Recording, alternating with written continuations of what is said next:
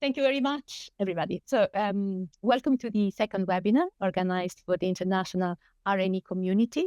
I'm Rosanna Norman from GÉANT. So I have been able to recognize many names from our community, but those who are not familiar with GÉANT, for those who are not familiar, here is a very short intro. So GÉANT delivers network and services for research and education exclusively in Europe. It's also a membership association of European national research and education networks, which we call NRENs. And it's also a EU-funded project that has been running for over 20 years, now in its fifth iteration, which we call GÉANT 5.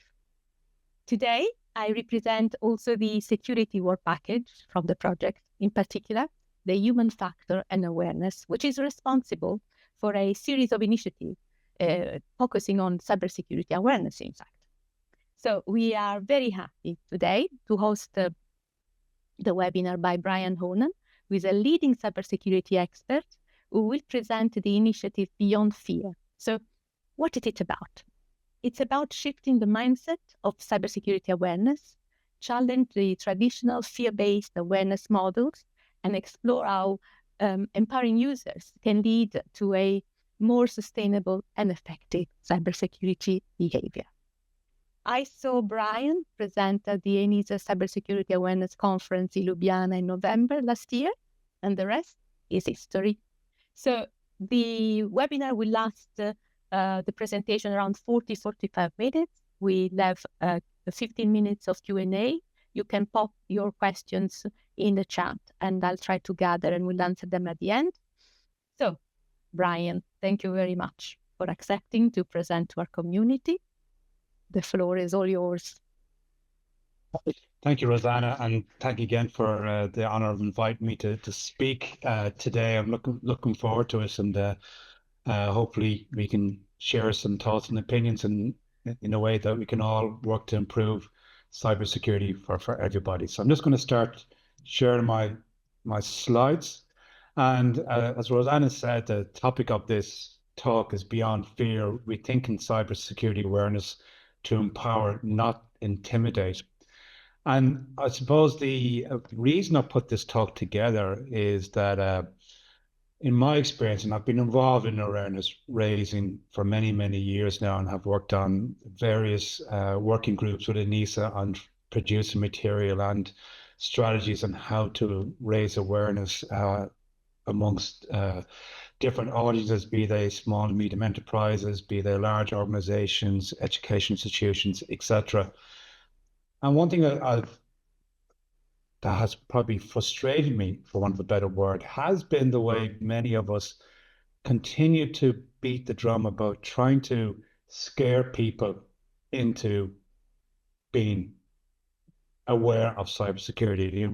We use fear tactics. We talk about the scary parts and don't do this and don't do that. And to me, I think we need to rethink how we present awareness raising and how we enable people to become better and safer online. I think if you look at any of the major reports, and the one I like looking at quite a lot is the Verizon data breach investigations report. Verizon, as some of you may know, is a US-based multinational that provides data centers, telecommunications, and cybersecurity consulting and other IT services across the globe and across the world.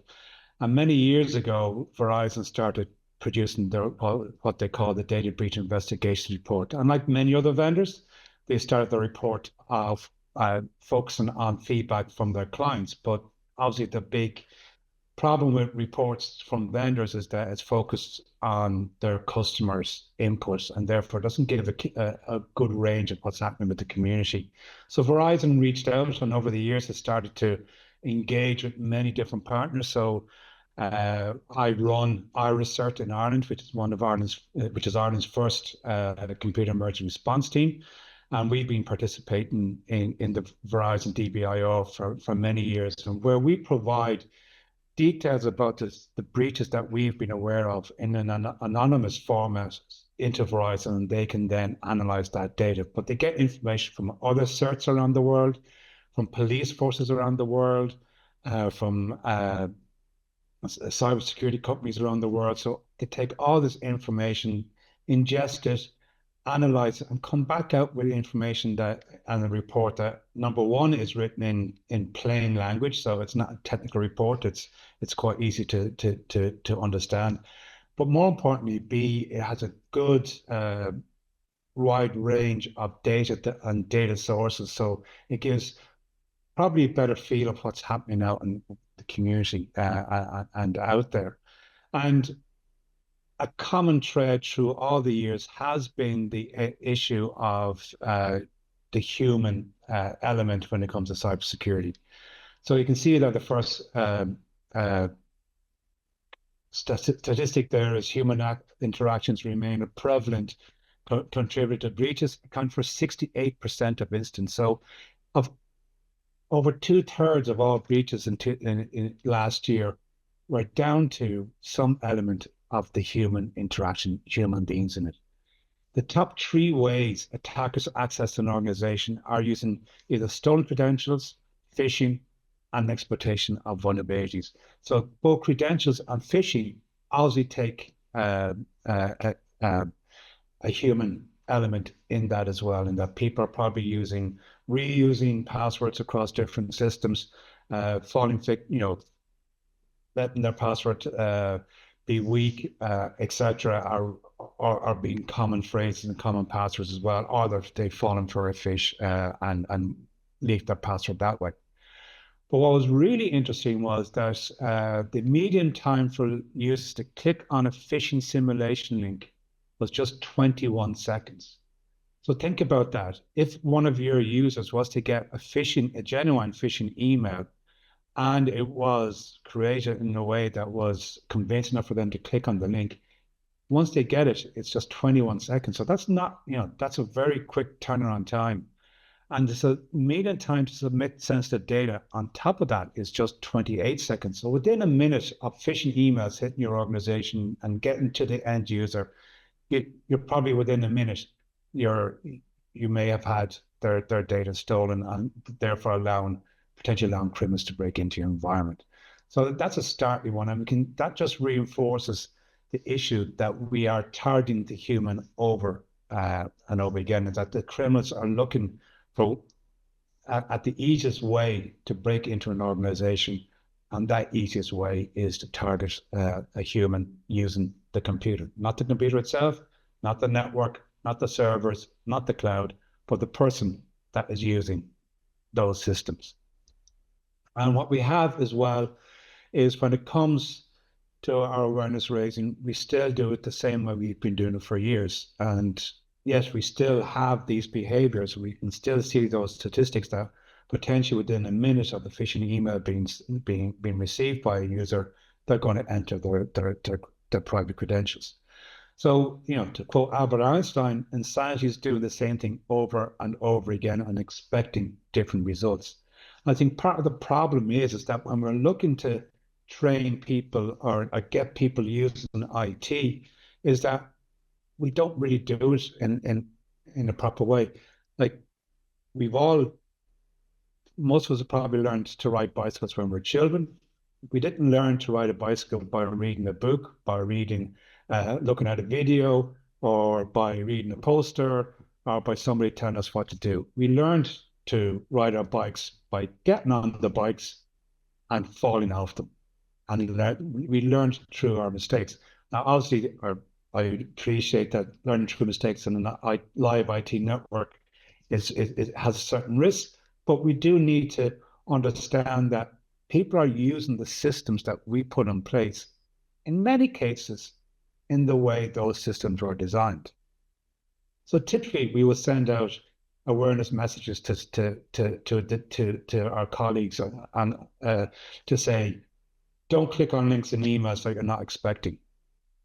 But people will go, but it's my job to click on links in emails or click on attachments. I am receiving emails, and some, like by definition, you don't really expect an email. You do get emails from various work colleagues or everybody else. And that doesn't necessarily mean you've been expecting those emails, and those emails can have links and attachments in them. And your job is to process CVs in the HR department. You're going to get emails with attachments. If your job is looking at sharing information with other organizations, they may be large files, they may be shared via file sharing websites, therefore there's going to be links in the email. So, we do have to understand that we have to let people and make sure people are trained properly in the systems they're using, but that we have to put safeguards in place if they do make mistakes. But the other thing we have is that, and I'm talking very much in many awareness training campaigns, etc., come from the IT team or the cybersecurity team, and we're always looking for ways to think, how can we trick people? How can we fool people? How can we, laugh at somebody and make fun of them because they've clicked on a link? How can we show off how wonderful we are? So we try and come up, when we're doing these simulated phishing campaigns, with lures and ways to guarantee that somebody is going to click on a link. And do you know what? When we take that approach to awareness raising by using simulated phishing campaigns for that, we're not really helping our colleagues in being more secure online. What we're trying to do is show off how clever we are, and that is going to defeat the purpose. And some examples we have of that is that you can see here, that's in the top left-hand corner there. Goodbody, this is from Ireland. Goodbody apologized to staff after impersonating HSE in fake COVID-19 emails. So basically, Goodbody, an accountancy firm in Ireland, sent out an email, a similar phishing email to all their staff to say, we can provide you with vaccinations during COVID-19, and everybody jumped on it. Now, no surprise, people jumped on that as well. And just below that, the uni's phishing jab is no joke. A similar phishing campaign out of Adelaide in Australia, again, trying to fool people by being too clever. And then we have this one to staff in the Chicago Tribune, that you've got a bonus between $5,000 and $10,000 per year. Great. Who's not going to click on that? And again, another worker bonus email from a Array firm in the UK, in the United Kingdom.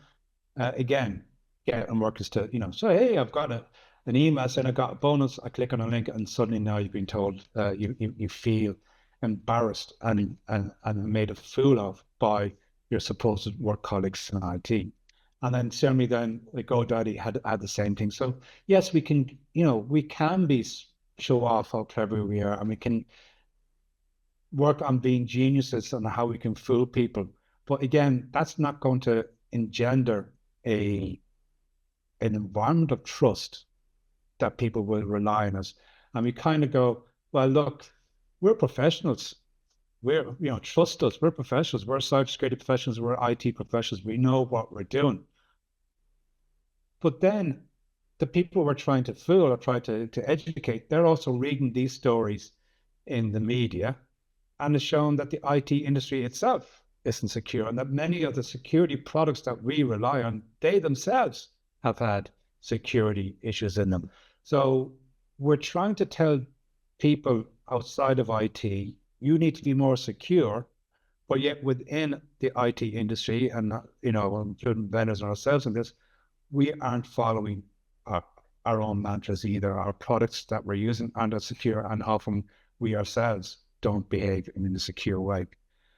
And the other issue we have, I think, is we come up with all these wonderful words and phrases to try and again make everything sound complicated and sophisticated and clever. And it's not really, like phishing and vishing and smishing and quishing. Like, what's the point?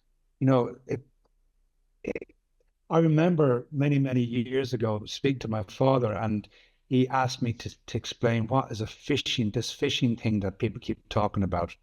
And I explained it to him, and he goes, oh, you mean it's a scam? And, simple language can get a message across much better than trying to come up with phishing and phishing. Like just before we went live, we were joking about all the different communication channels that we have these days to talk to each other, be that with Signal or WhatsApp or SMS messaging. So look, we've got smishing. Why don't we call WhatsApp? Well, we do. We've got phishing there. So there you go. We got phishing for WhatsApp. But Signal, we haven't got one for Signal yet. So are we going to call scam emails looking for your password or PIN numbers in Signal signalishing? Like we need to take a step back and try and stop using language that makes everything sound overly complicated, overly scary. Let's tone the language down and make it addressable and understandable to people. People understand simple language like crime, criminals, and scam.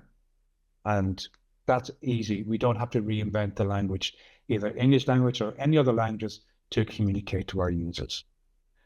And coming back to the whole area of phishing training as well, just late last year, there was a conference proceedings from the Symposium on Security and Privacy. And it's a paper on the efficacy of phishing training. And some very interesting information came out of that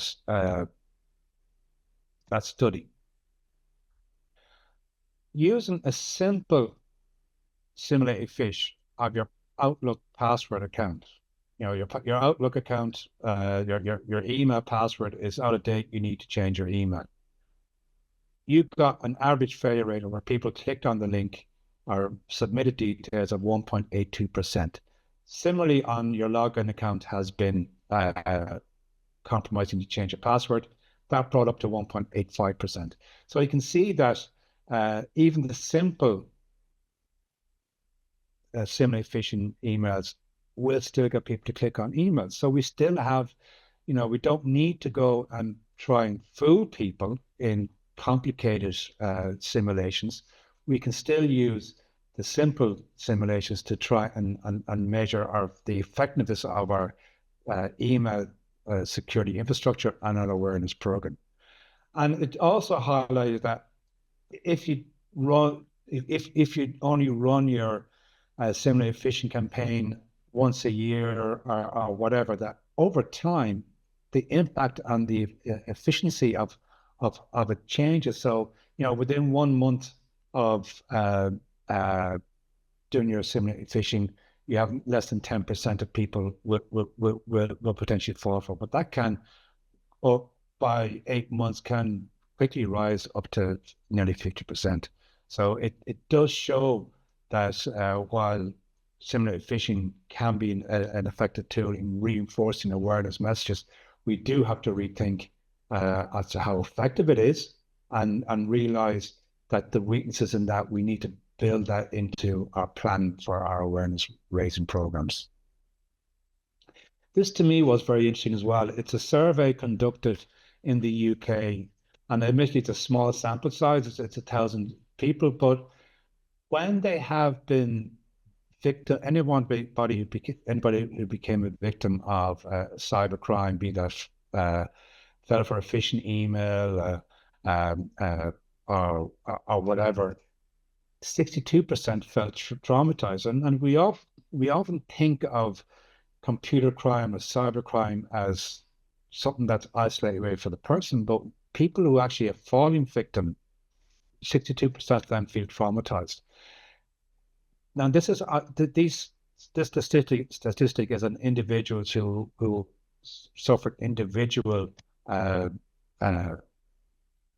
crimes against them. So, but think about the person in a large organization, in one of your organizations, who has clicked on a link or attachment or fallen victim to social engineering in some way, shape, or form, that subsequently then led to a major breach in the organization.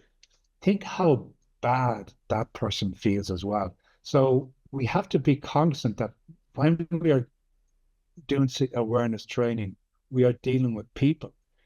People who, as I said, become victim of crimes. 60% experienced shame, 67% felt embarrassed, 55% report ongoing anxiety, particularly when using online services, so they lose trust in the systems they're using, and nearly 30% of them had trouble sleeping. So a lot of them have experienced a lot of have had traumatic experiences that can linger for quite a while. But yeah, what do we try and do in IT? We try and scare them over and over again by using simulated phishing emails. So this is, in my opinion, this is like trying to teach somebody who's been mugged and had their money stolen by jumping out in the hallway at them and beating them up and saying, no, you don't do that again. So, I know this is an extreme example, but we need to remember not to be trying to trick people or reinforce some of the bad feelings they can get, because again, we are trying to build trust and with our colleagues. So as I said, as Einstein says, insanity is doing the same thing over and over again and expecting different results. So where do I see and how do I see us moving away from trying to use fear as a way to motivate people into being more secure and trying to get beyond that and engage people in a better way? Well, I think the important thing is we need to focus on people. Often when we look at cybersecurity or IT security, whichever way we want to use it, we as professionals in IT, we focus on the data, we focus on the computers, we focus on the networks, and that's what we want to keep secure. We want to keep the data secure, we want to keep the computer secure, we want to keep the network secure. But often we don't consider the people behind all that. Very often the data we're protecting is data belonging to individuals. It could be data subjects, it could be their personal data entrusted to us as an organization and they're hoping that we're going to protect it from. So we need to maybe refocus our thoughts on the people. And I often say that when it came to naming the data protection regulation, the EU General Data Protection Regulation, that we kind of missed a trick, that we actually should have called it, maybe instead of the GDPR, the General Data Protection Regulation, we should have called it the GPPR, the General Person Protection Regulation. And that could help us refocus our mind. Because when you look at the impact of cybercrime, it can have real world impact on individuals. So the top story there on the left-hand side is from, that's a picture of a Danish CEO. This gentleman ran a small cloud service in Denmark, focusing on SME businesses in Denmark to provide them with cloud services. His company got hit by a ransomware attack. He tried, and his team tried to deal with that ransomware attack by themselves. They couldn't. Ultimately, they ended up not being able to recover their systems. And as a result, their customers couldn't recover their data or their systems either.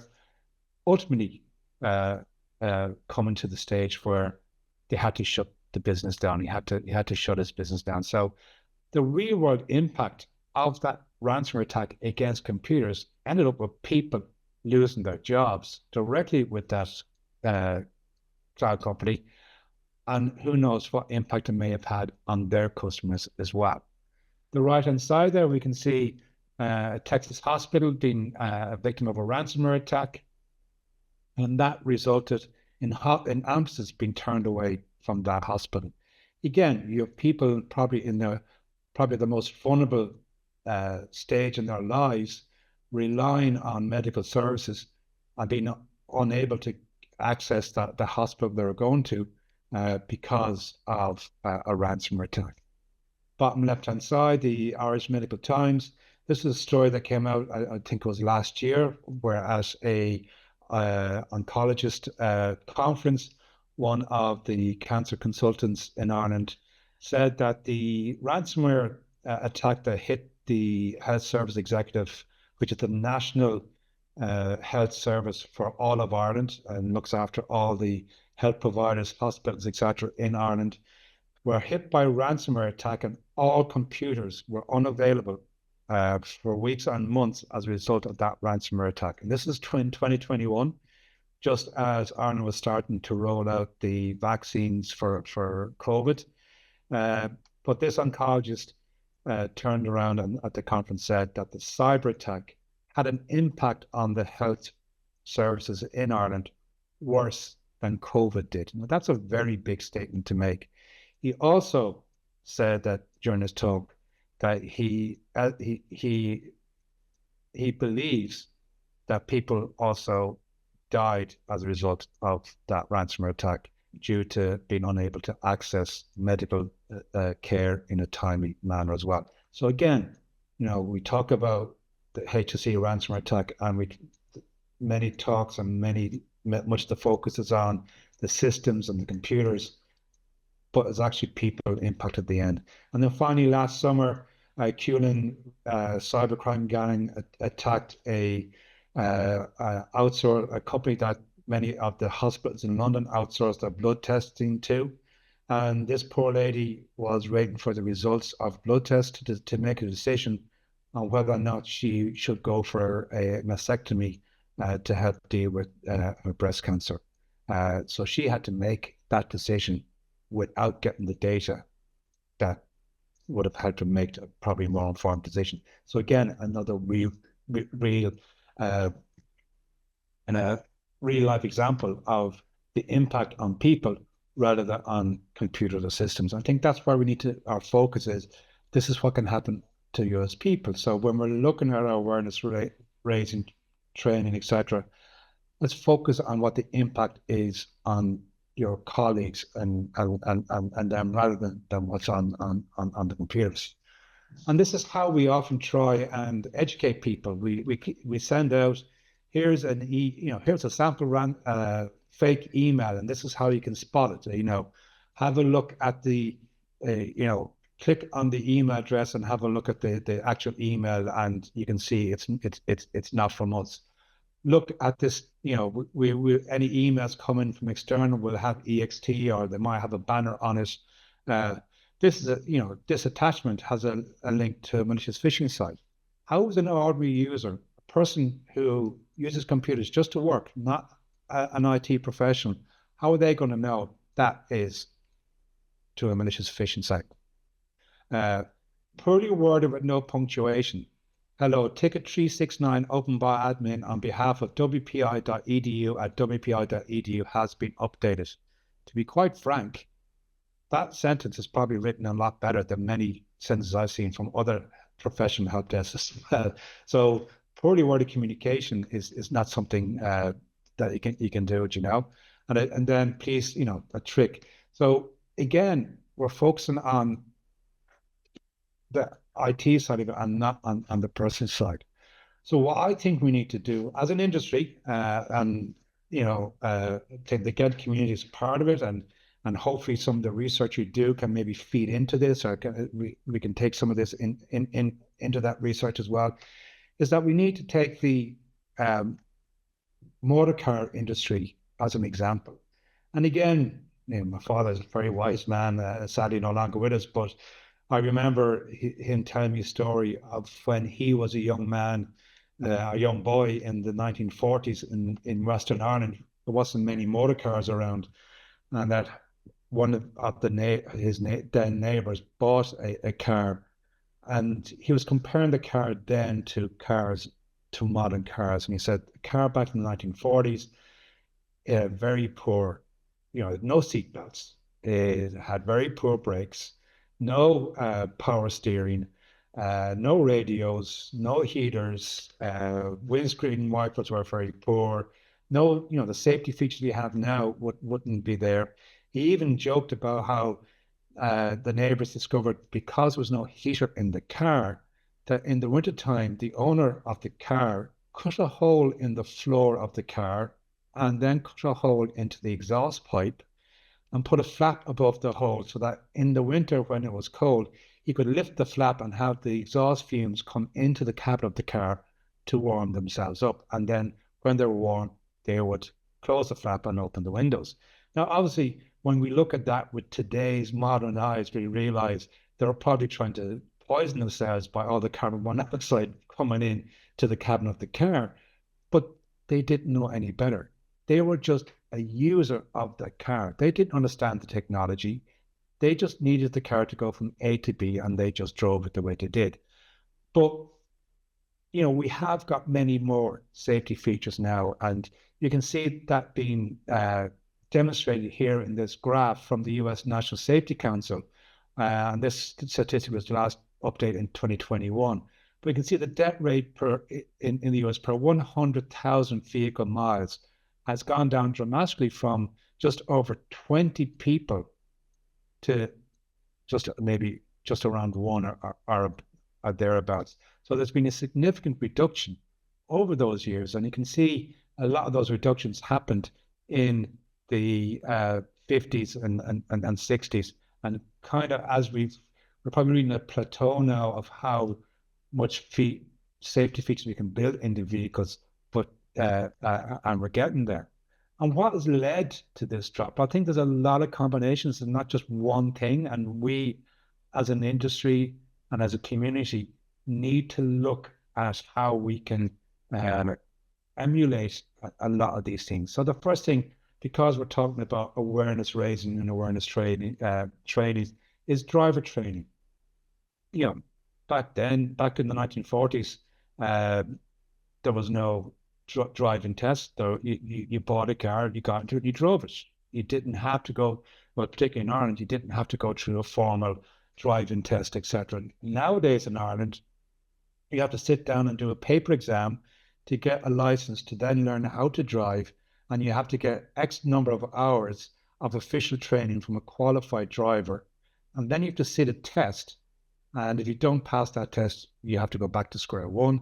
And if you pass the test, you then put on a restricted license until you get more experience, until you are able to drive.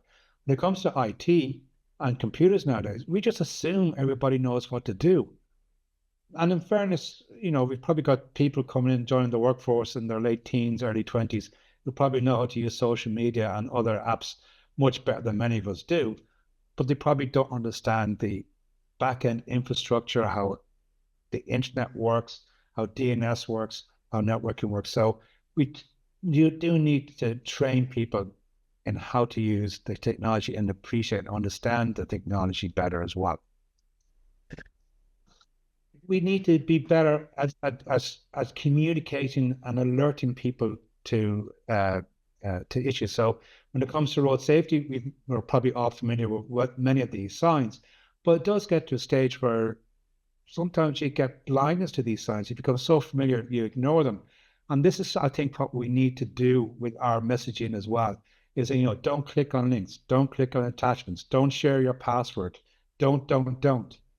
Maybe we need to look at a different way to give messages across.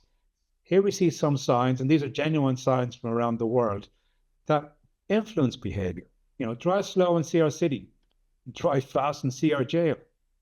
Speed limit is 45. Don't kill any kids today. Now, reading that would really make you sit up and take notice. If you're stupid enough to smoke, do it here. I like the next one. No trespassing. We're tired of hiding the bodies. And the next one is about caution. Trees don't move. And then do not cross this pasture unless you can do it in 9 seconds, because the bull can do it in 10. So again, a nice way to get a message across to make people more safety conscious and aware. Again, influence behavior. We often know Wi-Fi, talk to each other, instead of having a sign outside saying no mobile phones or whatever. Simple in the middle.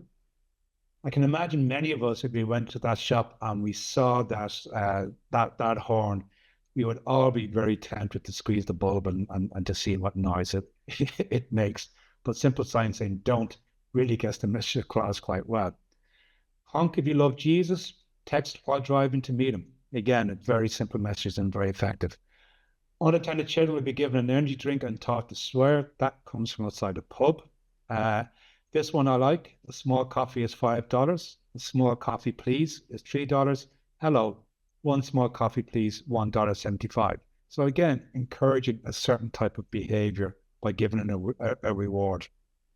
And then heads up, cross the street, then update Facebook. So if we can build this type of collaborative and indeed even humorous way to get our messaging across, we can engage the community and engage the users much better. And even using the word users, it strikes me like we talk from an IT or our own professional point of view as the users.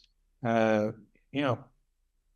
this common phrase saying the only people who call their customers users are IT people and drug pushers.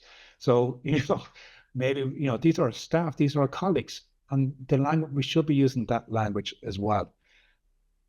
The systems that we're using do need to be more secure, and there's probably not a lot we can do about that right now at the moment, because we are indeed consumers. We buy the computers, we buy the software, we buy the systems we have, and we deploy them in our organizations based on how they're built and how they're written.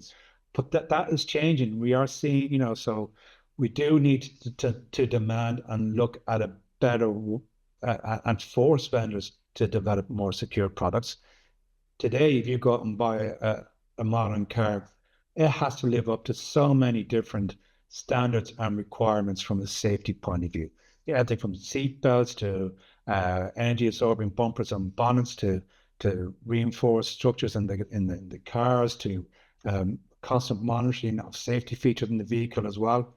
That is required. Now, the good news is with the EU Cyber Resilience Act, we will see vendors being required to have any product with a digital component to meet a minimal level of cybersecurity standards. But until then, we still need, and the standard is still at a minimal level. We need our vendors and our partners, and indeed any of the software we develop ourselves or any of the open source projects we were working on, to be looking at how we build our systems to be more robust, resilient, and secure, so they provide safety for everybody else. The infrastructure we use has to be more secure. So I cycle regularly to work here in Ireland, and I have to say, there are many days I feel like I'm taking my life into my own hands. Our cycle lanes aren't as efficient as they are in this picture here from the Netherlands. Our cycle lanes tend to be a bit of paint drawn on the road that we share with trucks, buses, and cars. Or if there is a dedicated cycle lane, it's on the footpath that you share with pedestrians, and disappears halfway down the footpath, and you have to get back on the road again.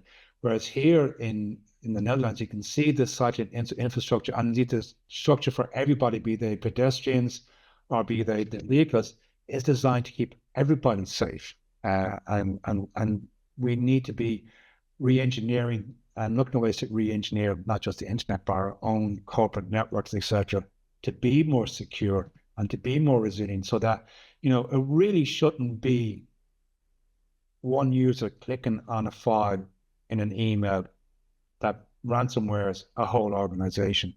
Our systems need to be better built, our networks need to be better built and more resilient and better isolated to prevent catastrophes happening like that. And we need better detection and enforcement as well, so that if people and companies are not meeting the requirements we need, then they need to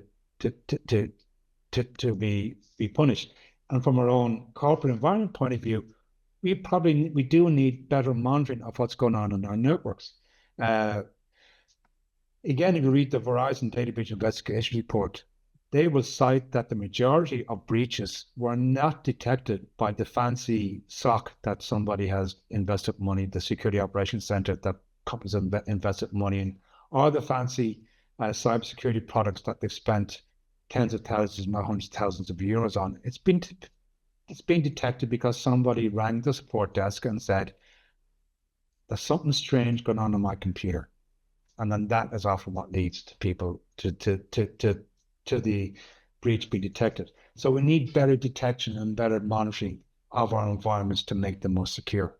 And should something go wrong, we need better resilience and better ways to respond. Again, you have a a crash in the motorway, there's a lot of different emergency services there to assist and to get those impacted to where they need to be looked after and hopefully to get better, but also to make sure the roads, etc., are cleared up and made available again. And it's a multidisciplinary environment that happens. So I would say we need to move from the old way of doing things, the old putting fear into people, the old trying to use simulated phishing ways, simulated phishing emails as a way to not just try and educate people, but oftentimes us trying to fool people or be smart and show off how clever we are, that we can trick people into clicking on a link. So we need to move into a more new way. We need to be a more collaborative way. And I think, looking at the motor industry and example from it, I think this is somebody that often goes unnoticed. This gentleman's name is Niels Bohlin. He was a Swiss engineer working for Volvo, and he has saved millions of lives. And Niels Bohlin, he's the gentleman that invented the 3-point safety belt. And this enabled, this is saved, as I said, countless of lives. But Niels also didn't patent the 3-point safety belt. So he and Volvo made no money from this and made the solution available to every car manufacturer in the world, therefore making the world a safer and better place for everybody. And that's what I think we need to focus our mindsets on as well. How can we come with a solution to make our systems and those who are using those systems more secure and safer? Because, as I said, it shouldn't take somebody clicking on a mouse to bring a network down. We need to provide an infrastructure that is resilient and robust enough that can survive a catastrophe or survive somebody clicking on a link or an attachment. We need to provide an infrastructure and an environment that is secure and robust enough to protect those individuals from those threats in the first place. The fact that a phishing email gets all the way into a user's inbox, to me, that's not raising questions on how effective the awareness training is on did the user click on the link or not, but it's raising questions to me is that how did it bypass all the filters and all the security measures we have in place, and how do we improve on that? So hopefully there's some food for thought for you, shared with you in that. I do think we can improve and make this world a safer place by engaging with people and bringing them into the, making sure when they go online and use our systems, that can do so in a secure way. So with that, thank you very much. And if anybody's any questions, I'm very happy to take them.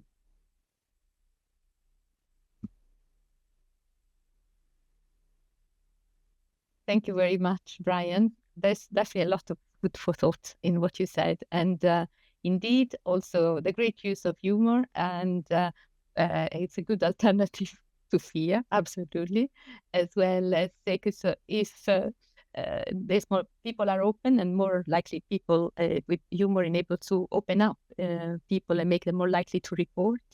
And if people feel, or employees in any circumstances, work situations, are more open, are more likely to report, and if they're more likely to report, they make themselves and their organizations more resilient and more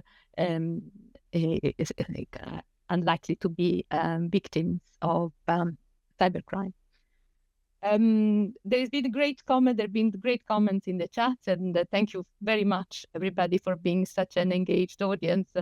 And I was wondering if there are any questions out there for Brian, and I'll be able to, I'm happy to ask them on your behalf. But there are many compliments for the presentation, and insightful. They're calling it insightful and great presentation and very interesting approach. And so if you want to ask, do it. I'm happy to take it for you. Lots of good ideas. I see some in the chat, even there's the Australian cybersecurity person, Troy Hunt, who runs the website Have I Been Pawned? Easy. So, we can't, phishing, nobody's immune to it. So we do need to try and look at ways to make everything more successful. I would say, like, I will hold my hand up. I have clicked on links in emails that haven't turned out to be genuine links as well. And I'm sure many of us have fallen victim to a scam email or etc. Thankfully, I've never lost any money as a result and realize in time. But, people are busy. They're busy doing their own job. Their job is in accounts or in education or whatever. Their job is not to be a cybersecurity expert. So we do need to take that into mind as well. We have a question from our friend and colleague Cornelia Puzze from Switch in Switzerland. So asking, could you share a study that most detection is due to people reporting? I mean, okay, human as a solution, highlighting human as a solution rather than human as a problem. Yeah, I'd agree with that, Cornelia. The report was the one I had at the top of the presentation, the Verizon Data Breach Investigation Report. It was in that report that they mentioned. There are some other comments, so don't bear with me. They're coming thick and fast, so I need to catch up with the reading. Any comments on how we should approach the evolving landscape with the AI-assisted phishing? Yeah, I think what AI-assisted phishing is going to bring us is a wave of more, for want of a better phrase, more genuine looking emails or messages, etc. Like, again, before we started the webinar, we're talking amongst ourselves about the different languages around Europe, and from Irish to Italian to English to Belgium. I don't speak Italian, but I probably could send Rosanna a phishing email in Italian thanks to an AI machine. I would just tell it, this is the topic I want you to write an email on in Italian, and it would generate for me, and I can send it. Now, it may not be perfect Italian, but from a fisher's point of view, it doesn't necessarily need to be. What criminals rely on is not necessarily the complexity of the phishing emails they send. It's that they just want, people to click on the link or the attachment, and therefore it just has to get by. So part of the solution is enabling people to be cognizant and aware of that threat, so that when they do get emails and stuff, that they are cautious and they do take that extra step. But I do think what we're doing there is, we use this phrase, uses the last line of defense or the weakest link, and I think that's very unfair on both counts. It's a lot of pressure being told you're the last line of defense. Because everything relies on you. If the company's going to go bankrupt because you're clicking a link, like you're the last line of defense, or you're the weakest link. That's an unfair message to give. So I would be, from the awareness community, I'd be working with our technical colleagues and seeing how can we put tools in place. How can we as an organization use AI to detect these AI generated emails or deepfakes or voice messages, etc. as well. But I think giving people more and more stories, people listen to stories and learn from stories. As humans, that's how we communicate. That's how our history was handed down for centuries, if not millennia, before we learned how to write. We shared stories, and that's how we communicate. So looking with stories or engaging ways to get people to understand how these things work is a better way to do it. Sorry, I may have given a long, rambling answer to a simple question. What you said links to storytelling, and I was reading something that somebody said on LinkedIn that is the first human technology. Yeah, storytelling is the first. But it's how it came up, and it's really very, very relevant. But there are some more questions. I'll try to summarize them. So there is a lot of fear to share data, especially the fear to have the data hacked. Do you have any advice to provide minimal requirements for securing open data or creating a secure environment? A good question would probably require another webinar to go into many things there, because there's a lot to create a secure environment. I think what we need to look at is how do we create a resilient environment and a self-healing environment, and some of that is probably we may not yet have the technology to do that, and we need research into better ways to do it. But we need to look at ways of making sure that if a user is tricked or scammed in some way, that the damage caused is minimized. So do people need to have access to the data they have? And at what level do they need to have that access? And very often we grant people access to data and we never review what type of access they have or how much access they have or what access they have to other systems. So regular reviews of what people have access to, what level of access they have, and only give them access to absolutely what they need. Now, I appreciate that probably works better in the private sector, in the industry, than it does in a research environment, because you want to make information open and available. But you do have to look at that and see what risks are there. And then if something does go wrong, if a machine does become infected on your network or whatever, look at technologies that can quickly detect that and maybe either isolate the machine or isolate that segment of the network as well. Now, again, that's easy for me to say, and being somebody who works in technology and has managed networks, I know how networks have grown over time to be these big, it's like a ball of spaghetti, and trying to find one connection to another can be very difficult. But ideally, we should have well-segmented networks where you can isolate segments of that network or process the network quickly if there's a breach to stop it getting any further. Great, thank you very much. And I think we have time for another couple of questions, depending on.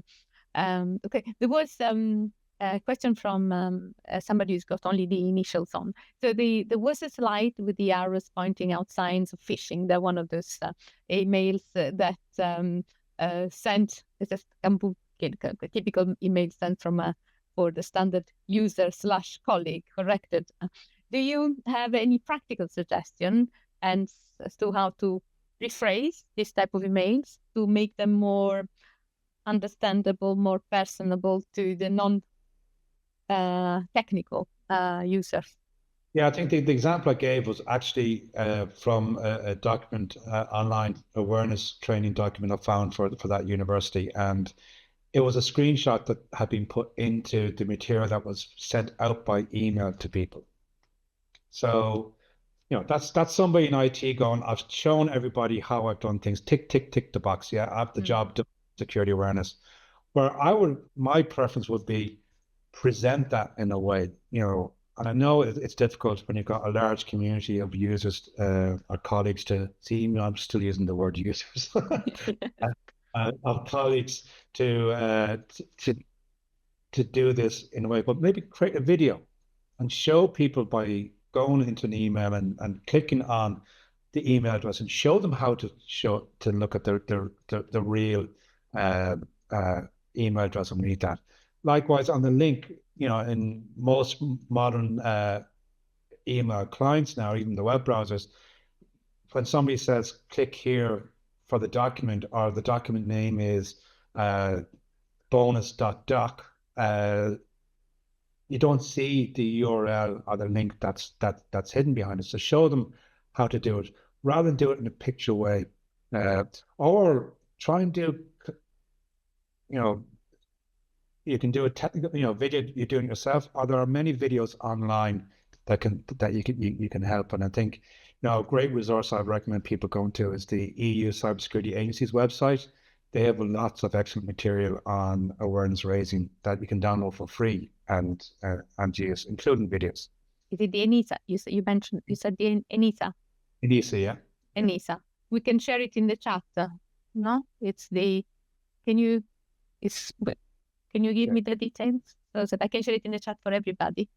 Yeah, I shall. I actually need to start up my browser again. I shut down everything during the webinar, so we weren't getting pop-ups or background noise or anything. So just I could share it as well. But whilst you do that, so I just wanted to let everybody know that we will be organizing another cybersecurity awareness webinar on the 18th of September.